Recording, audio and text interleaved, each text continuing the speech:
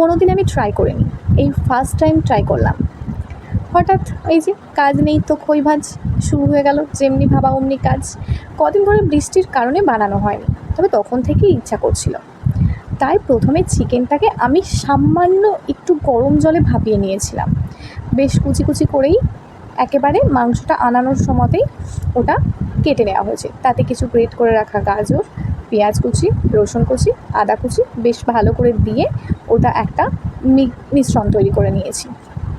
আমি তারপর আর ভাজিনি, অনেকে কিন্তু এই মশলাটাও একটুখানি কড়াইয়ে তেল দিয়ে ভেজে নেয়, আমি আর ভাজিনি। তারপর যেমন নর্মাল ময়দা মেখে সেটাকে সামান্য দিয়েছিলাম ময়ন, খুব একটা বেশি দিইনি, দিয়ে সামান্য নুন তো দিতেই হয় যেমন, দিয়ে ময়দাটার মিশ্রণটা মাখিয়ে রেখে দিয়েছিলাম কিছুক্ষণ।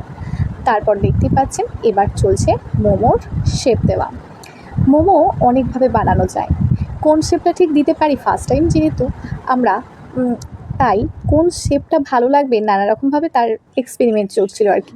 দেখতেই পাচ্ছেন এটা এক ধরনের মোমো বানানো হলো, যেটা এই মোমোটা রেডি হয়ে গেছে। এবার যে এক ধরনের হয় গোল মোমো, এবার সেটা ট্রাই করা যাবে।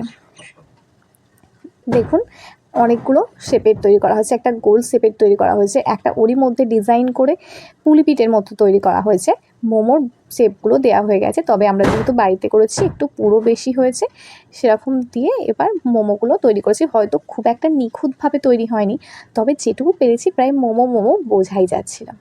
এবার মোমোগুলো একটা ঝাঁঝরিতে, যেহেতু আমাদের মোমো মেকার নেই তাই একটা ঝাঁঝরিতে মোমোগুলো প্রায় এইভাবে সব দিয়ে দিলাম।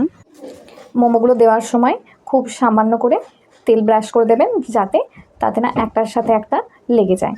এবার মোমোগুলো সব পরপর সাজিয়ে দিয়ে এবার অন্য একটি পাত্রে গরম জল করতে দিয়েছি। গরম জলটা যখন প্রায় ফুটছে টকবক করে, তখন এবার মোমোগুলো ভাপিয়ে নিয়েছি। এবার 20 মিনিট রেডি হয়ে গেছে আমার